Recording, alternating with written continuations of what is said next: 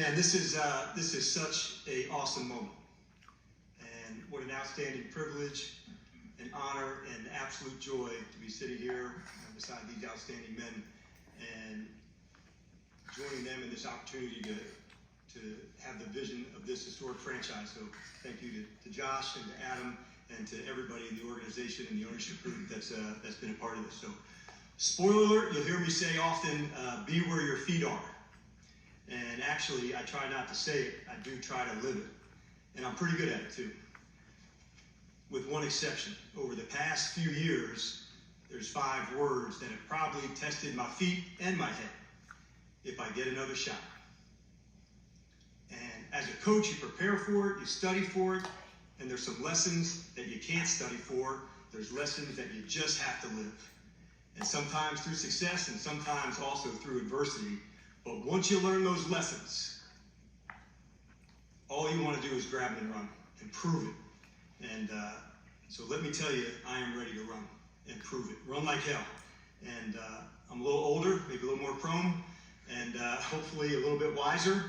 And but I'm also incredibly grateful for all of that has led to my feet being here. And actually back to here, although I grew up a Jersey kid watching the NFC East for a long time, and that's what football was to me. That's where my first love of it came. But I also spent a good deal of my 20s here. I went to Salisbury University, about 2 hours south of here. And the best part of that was my wife, Stacy. And so that was the best call I ever made to say, hey, you want to go out? So she said, yeah. And I said, all right. So 29 years later, here we are. She is my ride or die and has been with me on this football life that is ups and downs. And it's an absolute awesome life that we share together. So I also did football and track there. And I also started my coaching career in Virginia. So my first coaching job was at William & Mary. And 2 guys on the team right now, you'll know their names, Mike Tomlin and Sean McDermott. So Mike was a senior wide receiver. So he said, all right, I'll pick you up tonight. We're going to the fraternity party. I said, all right, this coaching gig's pretty good. You know, I can still do what I like to do. So next thing, Sean was a sophomore DB, and relationships like those are so valuable because in this league, you know, it's hard. And so having guys you can lean on for a long time, that's it. So those guys too. And I also coached at VMI. So in my early 20s, Virginia was a big part. So Stacey and I, we know where we are, and we know who you are, and we know what this franchise means to you, and what it will take to get it back to where it deserves to be. I know you're just starting to know me, and that's going to take some time because building trust, it always does. But I can't wait to start earning it, and that includes the players, it includes the staff, every single man, woman in this organization, and each and every fan, because that is who makes up the entire Washington Commanders team, all of us. And that's awesome because I'm going to give myself a little grace and allow one swear word here because I've done a pretty good job so far. I haven't had any, and I swear a lot. But there is nothing I enjoy more than doing hard shit with good people. And these guys here, they're some really good people. And I cannot wait to get it rocking here. I can't wait. And so we'll hit the ground running. There's lots to do, and but I want to let you know, man, I've been waiting on this moment, and so to be here with you guys today, I cannot wait to get this thing rocking. So with all that said, let's begin.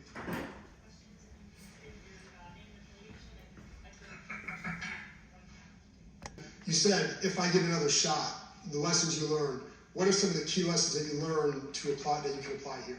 Yeah, that's awesome one, John. I think first and foremost, in leaving there, I wanted to make sure I did a 360 to find, you know, what would be some potential blind spots, you know, that I did in a good way of trying to take on too much at times. And so that's why for me, coming into, you know, when I was looking, if I got another shot, there were a couple things that I wanted to find. One, you know, was from the ownership side, a team that support, you know, the general manager side to be in lockstep and have a partner with. And then the third part, you know, was like a fan base that was really wanting to go get after it. The lessons for me was, man, be right, you know, it's the players and the team.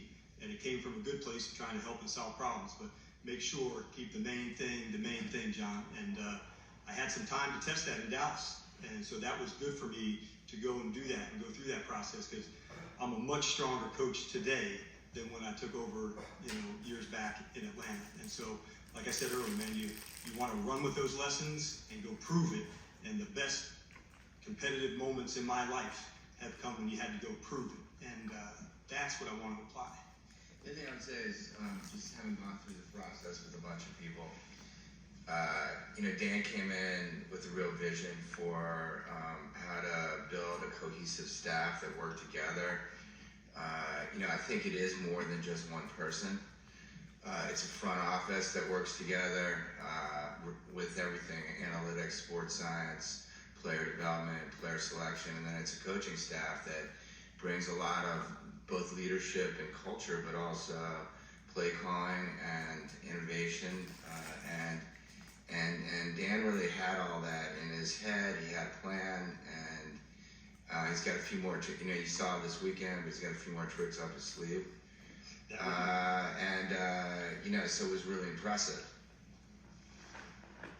John Keim, ESPN. At what point, how are you?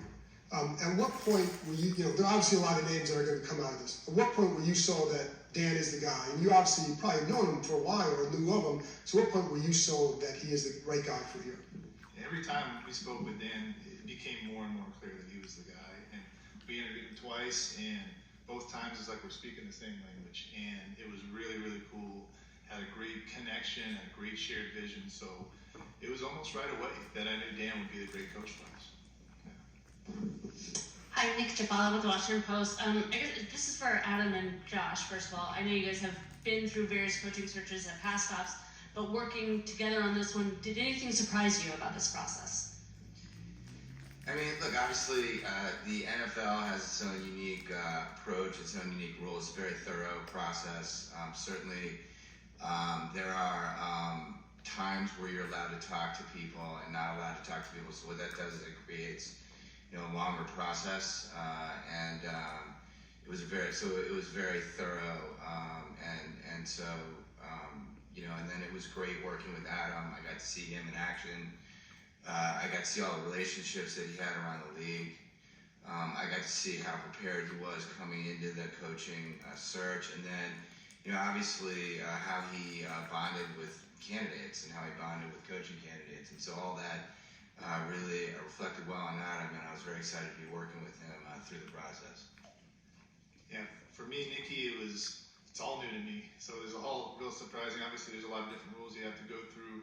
The thing that really stood out to me is having a thorough process leads you to the right person, and that's really the big thing. Not getting Dan. That's what happened.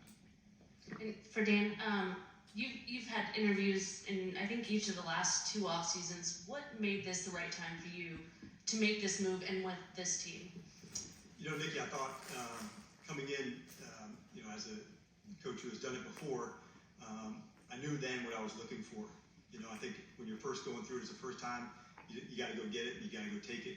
After you've been through the experience, you want to make sure that you can align it exactly like you want to do to go kick ass. And so that's what I was, looking for specific markers, because if I wasn't going to find them, then I wasn't going to do it. And I desperately wanted to, but if the markers weren't in line to say, hey, this alignment between ownership, general manager, the club, I wouldn't have. So when this one was here, it was please call, because this one is different, and this franchise has a historic mark on the NFL, and so that was different. I knew that was different, and so once I knew ownership, I knew general manager, organization, like everything checked Nikki, and so it was the one that was a flashing light to me that say this is the moment, this is the one.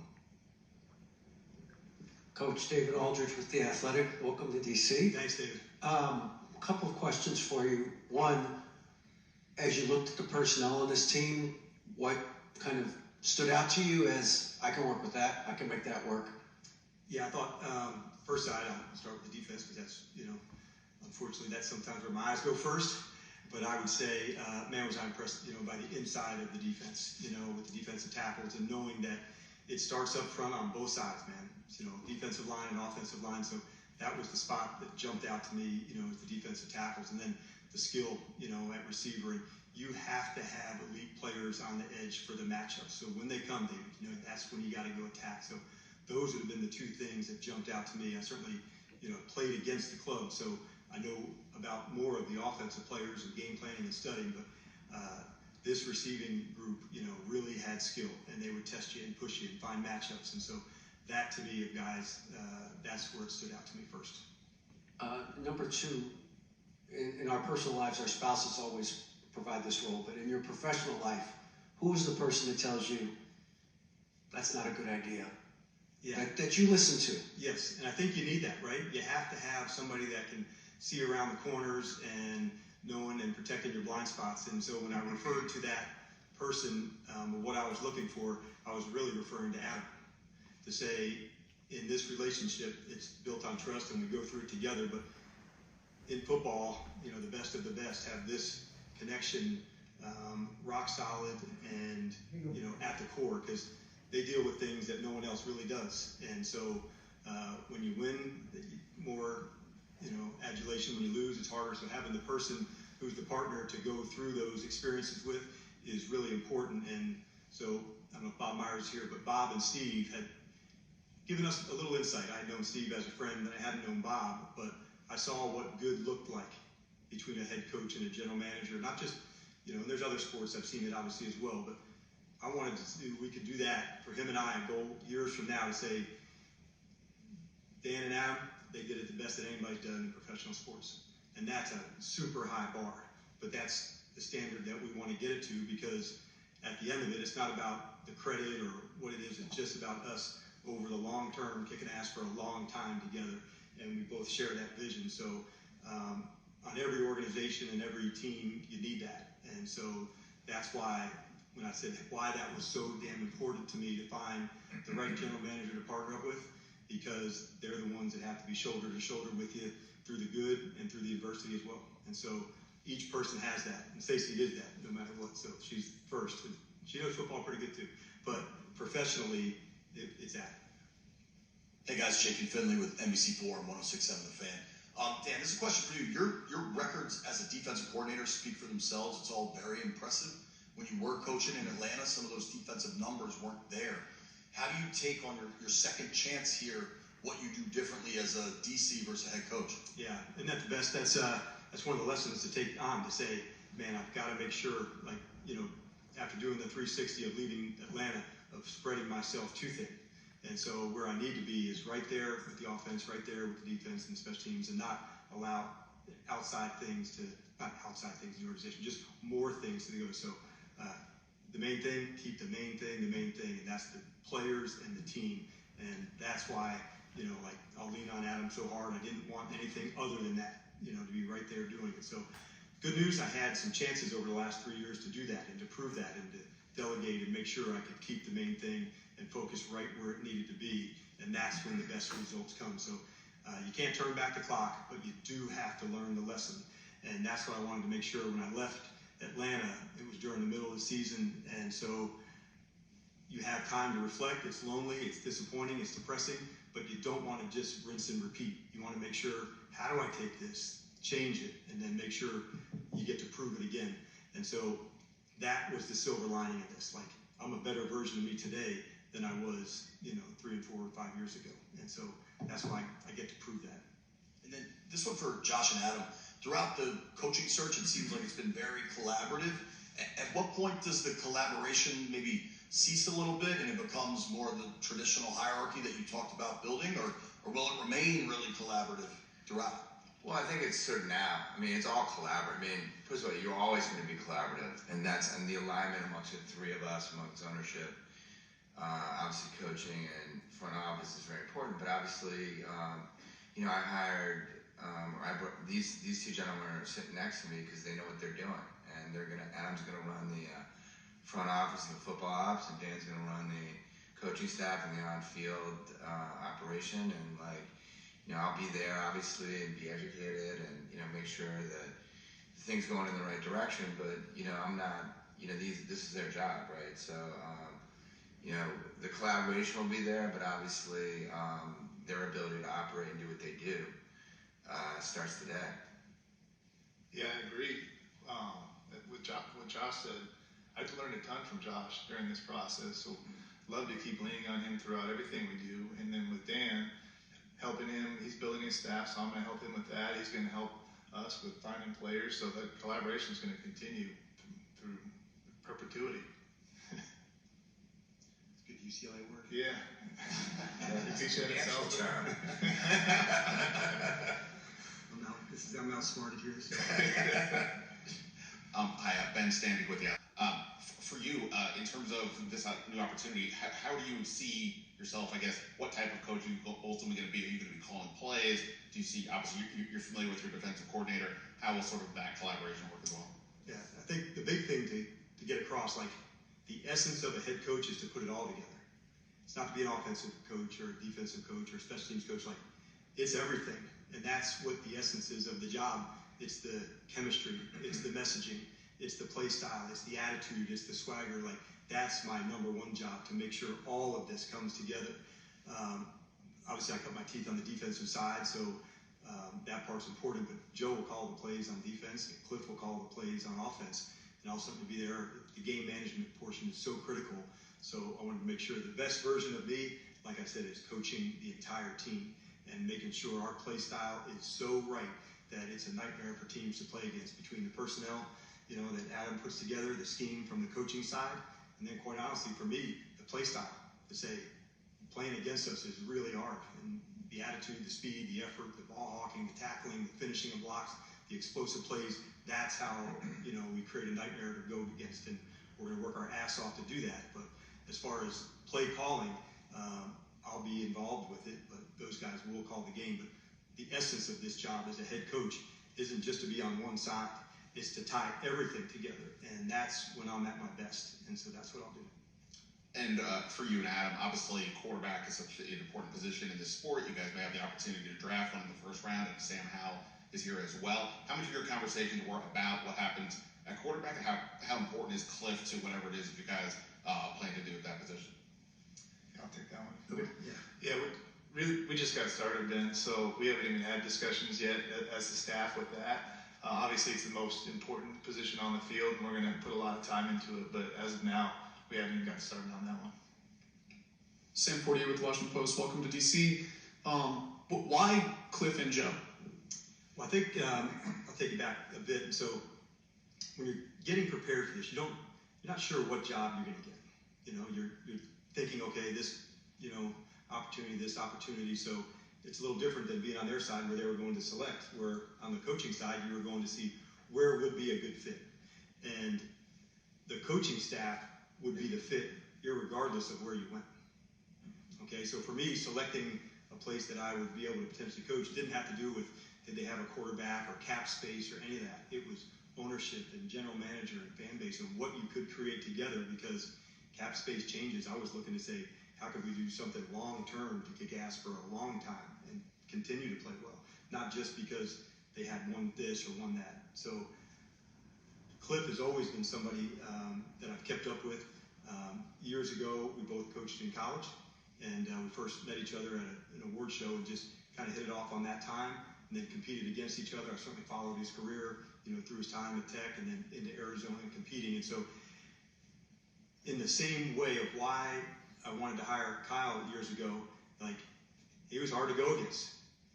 He would stretch the field horizontally and vertically, and going against Cliff, those same feelings you had. This is going to be tough.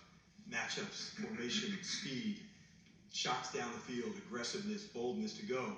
And so as a coach, you were writing down some names, if this is something in your future that said, if I get that shot, this is somebody I would want to talk to. And so that's where the start came from him.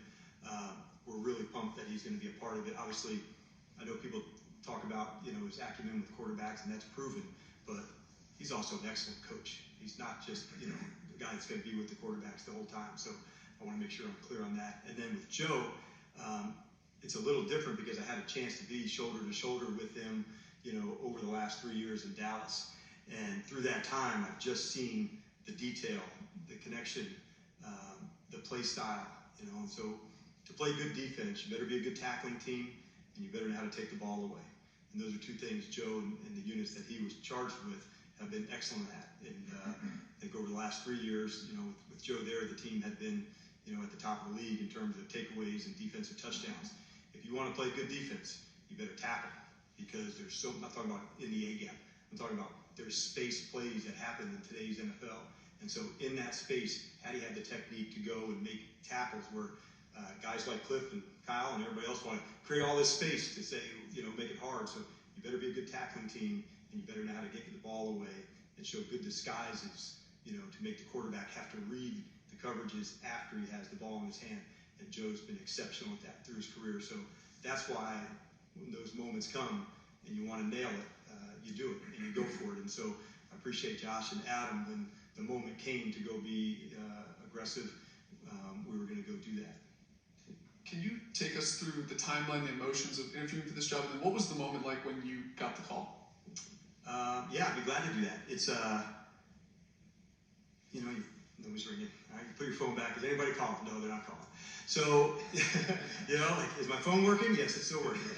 So I wanted this moment, and so you're just that. And so Stacey and I took a ride, out in the car. We don't ever do that. It's like, come on, let's get out of the house. And so we just, went around, and then Thursday night, I think, or whatever it was, a couple nights ago, Adam had called and extended it out, and you have to kind of wait overnight to get there, and so you don't sleep much that night, and then it probably doesn't fully hit you until you get your feet on the ground here. And so that was what was really cool about last night. We were not expecting to see Adam and his wife Jen there on the tarmac, and so that's brotherhood. That's showing I'm in with you, and that was awesome. So you want the call, you're ready for the call, but it becomes more real when you get there because you want it, you're there, but when you get it, you're pumped to say, let's go do this. And so Stacey's been with me the whole time through it, and so it's all the good, the bad, and everything in between. And so this football life we live together is fun, but it's moments like that it's hard to stay present and be where your feet are, in those moments. But it's also one of the really cool times to say, man, you get to go prove it and kick ass and have fun doing it. And so that's what we plan on doing. Sam, I'll tell you too, he didn't answer when I called. He's playing hard to get. So. It made me wait so long. I'm not answering the first ring. I'm going to make him feel a little something. Barry Sperluga from the Washington Post. For Dan and Adam, you've spoken about a shared vision, speaking the same language. I wonder what that means. Is that in a football way, I like the hybrid 4-3, or what are some specific examples of sharing that language? I think we could probably start. I'll start it and kick it over to you. I think it's probably deeper than scheme, because if you went around to the other 31 teams, there'd be a lot of the same scheme. There's going to be wide zone, this passing concept. It might be a version of cover 3 or man-to-man. So all 32 play some of that. It's more about the play style and the vision of how to feature players into that play style. And so that's one of the things that I love about coaching is finding unique traits that a player has, and then how could we fit them into a system, into a structure to make it happen. And so I was fortunate in Dallas, it pushed me further into new places, into new things to find, like a guy like Micah Parsons who wasn't just a linebacker, and he could do other things. And so Adam and I have been at it together for a long time to know that there's a play style and traits that players have of length and speed and ball hawking ability and guys who can finish on offense, whether the explosive play is a screen that can go or a line of scrimmage play, like we both recognize that it does start up front and we know what that looks like and how it fits in together. So we together wanted to make sure that every time people see us play, they said, man, these guys are fast, they are physical, they absolutely, finish at a rate that's not normal. And so he's seen what that's looked like, he's lived it, the 3 clubs, on his way up to see all that. And so having the ability to go to other teams, there's advantage to that, because for everybody else, and I've said this to owners before, I remember saying to the Jones, we've never been anywhere else. This is the only way. When you get to other places, you find things that you would take along the way that you get to share about it. And so just this morning, he and I are going through the roster again and talking. So it's more of a play style and an attitude and traits than it is a scheme of a 3-4 or 4-3. Football scheme evolves, but the player side of things, and Adam and his staff and their crew making sure we're always finding ways to feature the unique things that players have, and we'll work really hard to do that here. Yeah, I think you covered it all, but I'll probably be repeating you here a little bit. But yeah, it's that identity, that play style that we're looking for, that when you're watching we call it the silent tape, when you watch it on TV and you turn the volume down, you just see how fast and physical and aggressive you are on both sides of the ball. Finishers, that type of style is what you're looking for. And whether it's 4-3, 3-4, however you want to talk, wide zone, any type of offense, it's finding those types of guys that, and it's really the type of people that we want to bring in the building, people who love football, who are going to, give it all for us on the field. So really throughout the whole process, it's like we're speaking the same language. It's like I'm interviewing almost a person just like me who thinks the same way about football. So I think that would answer your question, hopefully. Dan, Chick Hernandez, WUSA 9. You're filling out your staff. You've got Cliff Kingsbury as your OC. What happens now to Eric Bieniemy? I had a good visit, Chick. I'm glad that you brought up EB because I think he's an excellent coach. And so I had a chance to visit with him today. And so we'll continue that dialogue to go, no longer, we're not going to work together here, but in this coaching brotherhood, I wanted him to know, man, I really respect the work that he's done. And as coaches, we all stay connected even though we're on different teams. I wish EB nothing but the best, and he'll do a great job. I was really pumped that he took a shot this year and went for it, and so I've got a lot of respect for him. And Josh, you've got 2 other squads that you manage. How different was the search for a head coach here, considering this is a team that you grew up watching and what it means to you personally? Look, obviously, growing up in Washington and Chevy Chase, all the history that I experienced with the Joe Gibbs era and all the championships, made this super meaningful for me personally in terms of being at this moment and being able to, I think, propel this team forward towards our goal, which is to being elite. None of us up here want to do anything but be elite. So I think that this is a big day for me. Big day personally, and we're all really excited about delivering for the city and for the area. Steve Weiner, Associated Press. Dan, I know obviously you've got a lot of work to do, but how excited are you about being able to pick your own quarterback and kind of mold this roster and all the options you have in front of you?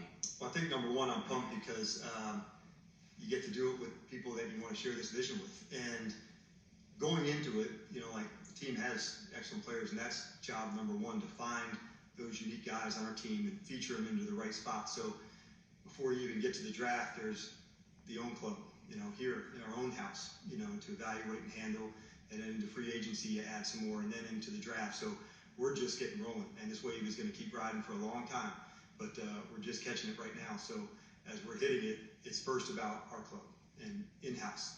Then you expand some more into free agency because that ties into the draft. So conversations with Adam, okay, you can spend on free agency here, but there's good depth at the position in the draft there, and that's the strategy and the acumen that he has of knowing which levers to pull based on free agency and the draft.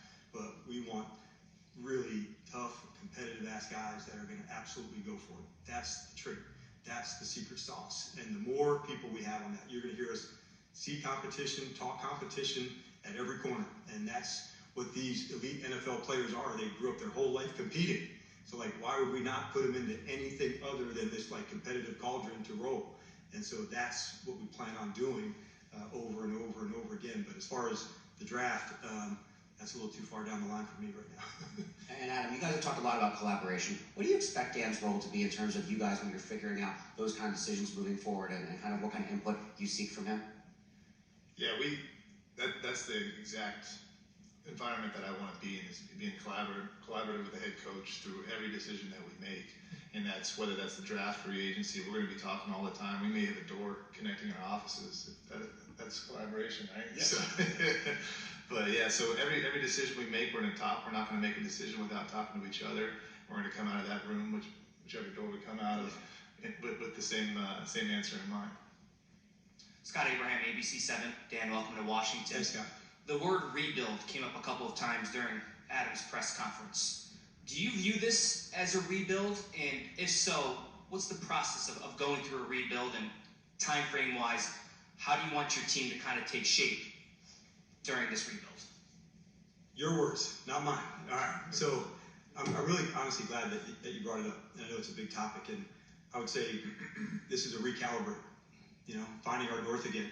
And that starts, with our identity of our club. So no, you will not hear me say the word rebuild at all. This is about assessing what we have, how do we add to that, and then how quickly we can accelerate this process together. Now, how do you do that? Connection, staff, off-season, into training camp, and then ultimately putting all these guys to find the best group to help us go play as well as we can, as fast as we can. So there is no timeline on that, but we will push it hard to see how good we can get and how fast we can get. But I see it much more as a recalibration to say, let's find our north, own our identity of how we're going to get it on, and then push hard to reach that. And like all things, it takes some trust, between teammates, staff, personnel, ownership. But the more connection we have, the faster we'll get there. And there's a lot to get done, but I honestly do not see that word as part of my thinking at all. Word identity. What does a Dan Quinn-led football team look like? Adjectives. Tell us what it'll look like. I would say, if I had to say two right now, it'd be explosive and physical. And the explosive comes offensively and on the return game from big plays through the run game, through play action, through the passing game, ones that can change field position. And those are the explosive plays that you have to keep going and being aggressive to go. On defense, that's the energy-generating football that takes place on an interception, on a score for, returning on defense, a forced fumble, the sacks, the ones that create negative plays for an offense to put them in some disadvantaged situations. Like we like playing from 2nd and 12 and 13 and 3rd and longer. So how do you do that? You've got to be bold. You've got to be aggressive. Having the players to do that, that's part of what we do. And then train them to do it over and over and over again. It's so important for us to find guys of things they can do versus things they can't do.